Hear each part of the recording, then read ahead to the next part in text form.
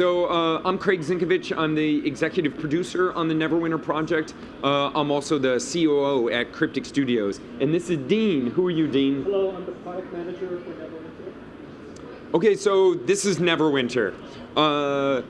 Neverwinter is a Dungeons & Dragons game set in the 4th edition Forgotten Realms campaign setting. So the Forgotten Realms campaign setting is pretty much, it's the best one. It's the most popular one. It's the one that everybody knows, everyone loves. It's the one that Baldur's Gates, Neverwinter Nights 2, all of the best-selling R.A. Salvatore novels take place in the Forgotten Realms, and the city of Neverwinter is smack dab there, and obviously the Neverwinter MMO takes place in Neverwinter and around there. So it takes place in the 4th edition campaign setting, which is about 150 years after Neverwinter Nights 2, which is really 100 years ago. This huge event called the Spell Plague happened. Basically, two dimensional planets collided. Gods were killed. The spell weave was like torn asunder.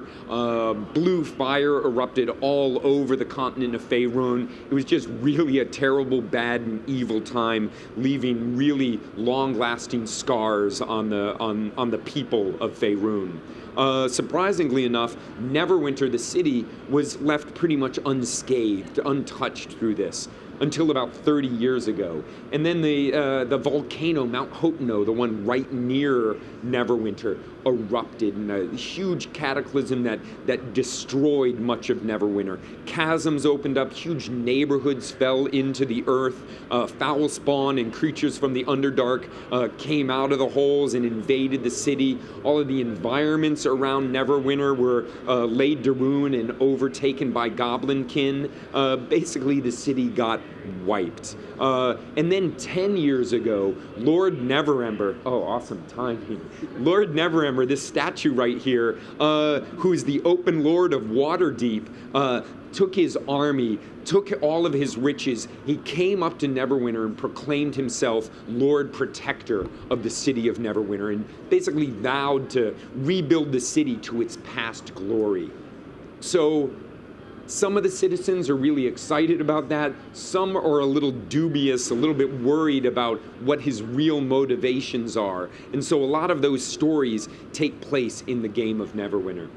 So Neverwinter is a full open world action RPG MMO. So it has the, open world quests, party instances, dungeons, raid, contest, events, all of those things that you would expect in a full-featured MMO. All of the content that you need to level up from 1 to 60 exists.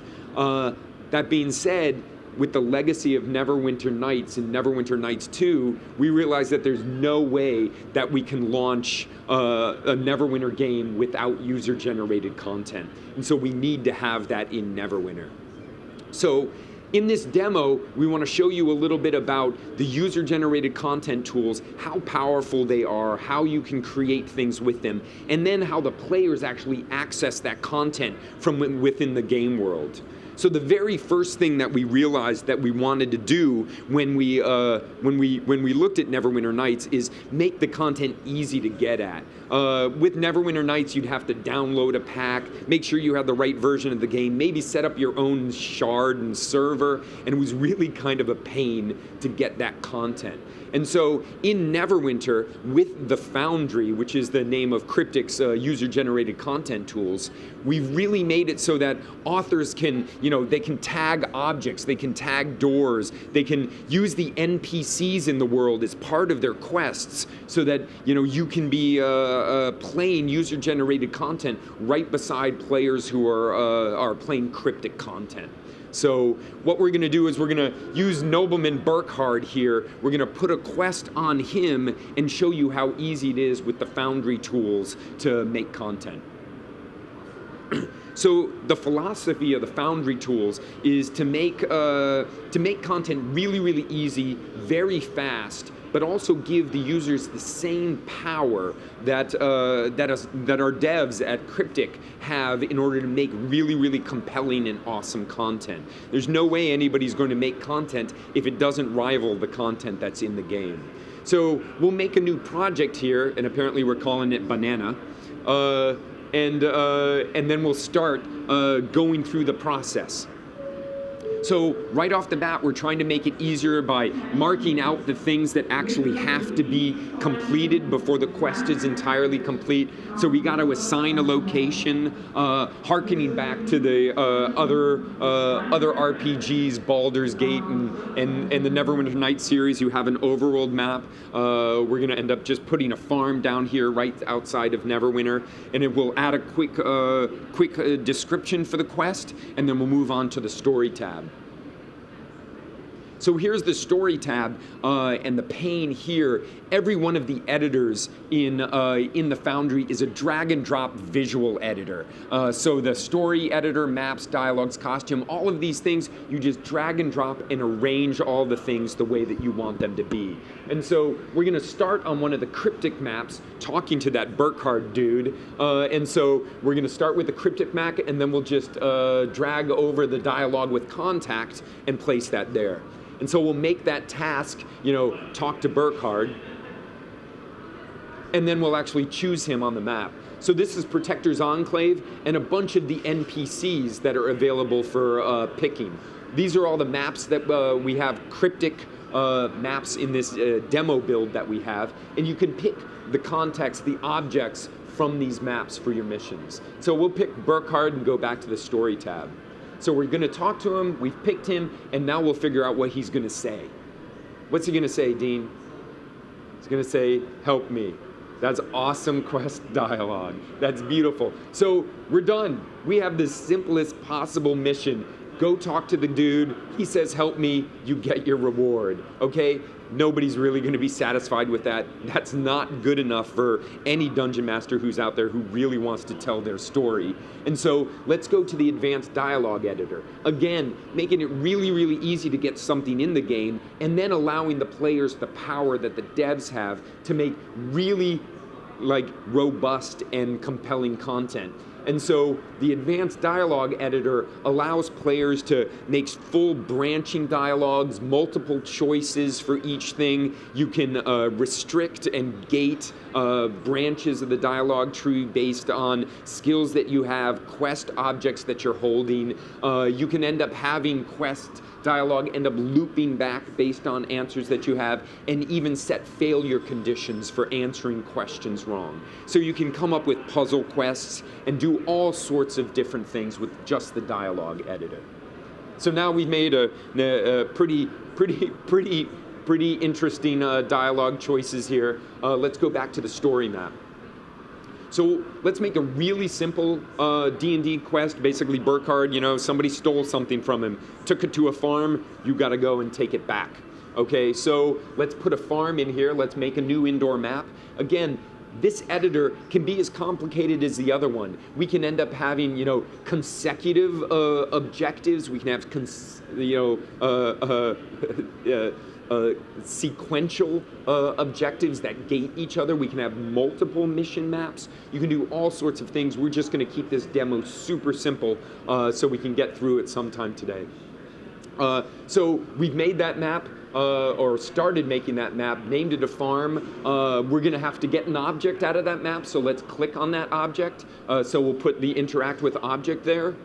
And then obviously it's a D&D mission, so you're going to have to fight some enemies to get there. So let's kill some enemies. So we're going to end up having to kill those enemies, kill the bad guys. That's nice. And then we're going to have to grab the item, get loots. That's excellent too. So we've made a mission here. We're going to talk to Burkhardt. He's going to send us to a farm. We're going to have to kill some enemies there and then interact with an object at the end. So let's make this farm. Let's make this map. Let's go to the map editor. So we've already started. We know that you need to create it. And like I said, an easy way to make something, and then that more robust, full-featured way. We're going to have dozens and dozens of maps that are Cryptic generated maps that you can just use without modifying them at all for your missions. You can place your objectives and then you can be done. But for the demo, let's actually go in and make a custom indoor map. So here we are in the map editor. We have hundreds of rooms that players will be able to just click and drag and drop and assemble their mission. You can look at each one of them before you end up putting them on there. Let's actually just go and start making our map. So we can just drag, drop rooms, click them together. The hallway, when they connect, it automatically makes a door at that location for you, puts the hole in the wall, and we can just drag and drop, rotate, put rooms together, and then all of a sudden we have a 3-room mission in no time at all.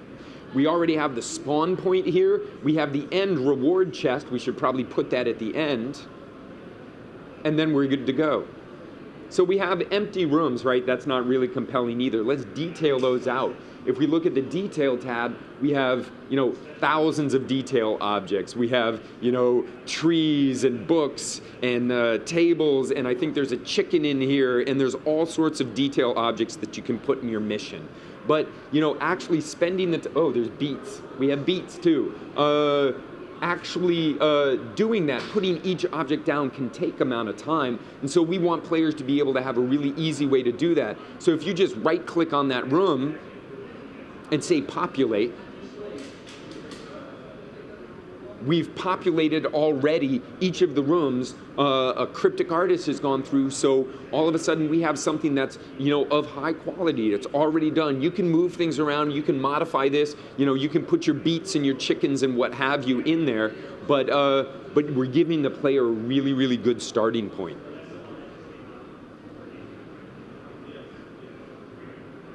So you've put some corn stalks and beets down. That's nice, Dean.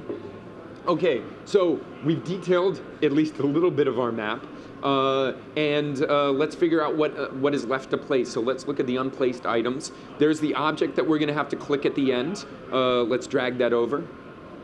And then we can set what that object is going to end up being. Yeah, you gotta pull the bottom pane up. There you go. It got shrunk.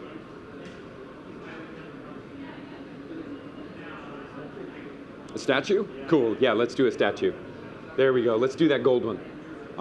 Gold manticore statue.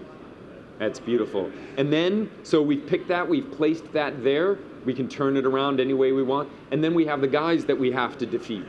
So we can just drag that encounter there. We can see the aggro distance of each of those actors. We can actually go to the NPCs groups tab if we want and look at dozens and dozens of drow, kobolds, orcs, gnolls, goblins, all of the D&D creatures that you're going to want to add to your mission. You can just drop in.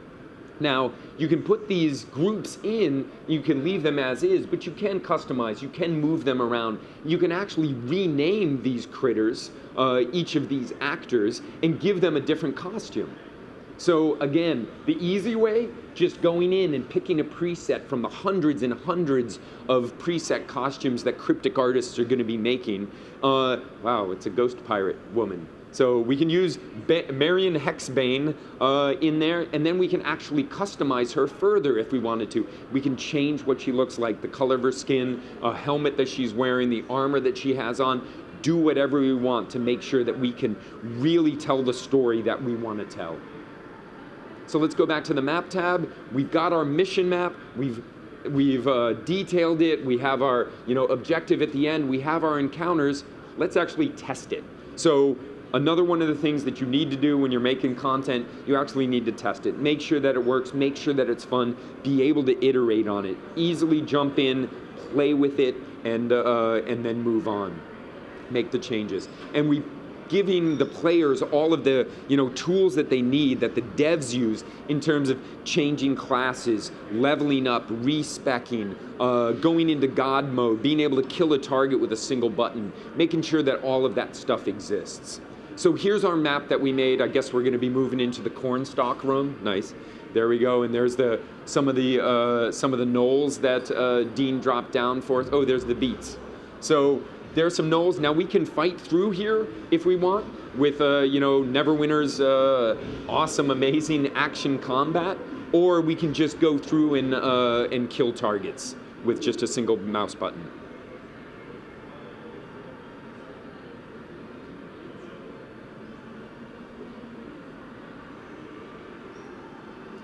The final boss room. So there's Marion Hexbane. And maybe eventually we're going to change up the encounters a little bit, so there's a trigger here that has them come out afterwards. And we have the ability to drop those triggers down, to have this encounter spawned based on other things that are dropped into the world, switches or volumes, all of those things can happen. So we're still trying to kill the bad guys. We see that we have our task up here, and now we can actually get our little gold statue there. And we can have that disappear if we want to. We just didn't set it up like that. So, and then you get the loot at the end. And that's important. So there's loot at the end. The critters were dropping loot. If we want players to play user-generated content in the MMO, it's going to have to give the same rewards as the Cryptic generated content. And so it does. Each of the encounters, when you kill a mob, it drops XP, it drops the loot that it would normally. At the end of the mission, there's a mission chest that gives the reward. All of those things aren't set by the author. The author can't say, okay, that rat gives like 50 million XP, but all of those things are set by Cryptic. So you can't have that hallway with 500 chests in it. So we wanted to make sure that the content could be, played right alongside and included with the MMO and to be part of Neverwinter. And so those were some of the sacrifices we made for the greater good. So here we go. We have a mission. We went through and made it. Let's actually jump back into Protector's Enclave and see how the players end up seeing user-generated content. So we, in order to publish, you basically click a button, and then it goes through a short review process from volunteers through the community, and then it's available to all of the hundreds and hundreds of thousands of players who will be playing Neverwinter. And they can get at that content in various different ways. The first way is the landing page. This dialogue appears each time that you log into Neverwinter the first time. It's where you can check your mail, whether or not your auction's doing well, whether crafting has done yet. If you had a quest line, and we don't have on this demo character, it would show the quests that you should be doing next, what raids you should be doing for your level. It also shows the upcoming events, the contests, the events that you can end up queuing for and getting reminders for. And right there, right alongside the main MMO content, is the Foundry content, all ranked by players. At the end of playing a piece of UGC content, you can give it a star rating, 1 through 5. And then we collate that, and then you can end up sorting by that. So the Foundry content is right there. That's one of the ways players get at it. Players also get at it in every single tavern in Neverwinter, and there are tons of them, because, it's D&D, there gotta be taverns. There's a quest giver, a Harper agent, the barmaid. She's got rumors from around that area, so she'll offer up all of the highest rated content from the area right around her. So players just running around, not really thinking about UGC, will end up going up to a quest giver and get content that's UGC. And then the last way that players will get content is through the job board, the catalog. On the demo shard that we're running, we only have 5 missions, but Star Trek Online has had a version of the Foundry for about 14 months now, and they have over 50,000 quests that have been created by the users. So if you're really looking for specific content, maybe it's content written in German, maybe it's content that's by an author that you like or is just filled with kobolds, you can go to the advanced search and really search out there. So really providing the tools so that authors can make really, really cool content, providing ways for the players to get that content so that it feels just like the content that's in the MMO. And the third part of the puzzle is the modders, the authors, the people who are making the content. They love building a community. They love communicating with their audience, just like game developers do, and getting that feedback. And so each author within Neverwinter has an author page where they have their own blog, which is also accessible on the web. So they can update their users. Can we go back to the author page? There we go, the author page. Here we go, the blog. Also available on the web. and they can keep the community apprised as to how they're developing, what's coming. If you really like them, you can subscribe to them. They have another mission come out, then you get notification on that. You can even donate in-game currency to the author to really show them what you think of their content. So the tools, getting the players there, building the platform for the community, all of these things, our goal with user-generated content in Neverwinter is to really reach out, and any dungeon master or author who's ever wanted to put one of his stories into the Forgotten Realms can come to Neverwinter and do that. And so Neverwinter is shipping early 2013 with a beta very early 2013, late 2012, and will be entirely free to play, free to download, free to play. The Foundry will be free to access, and people will be able to come and play the content.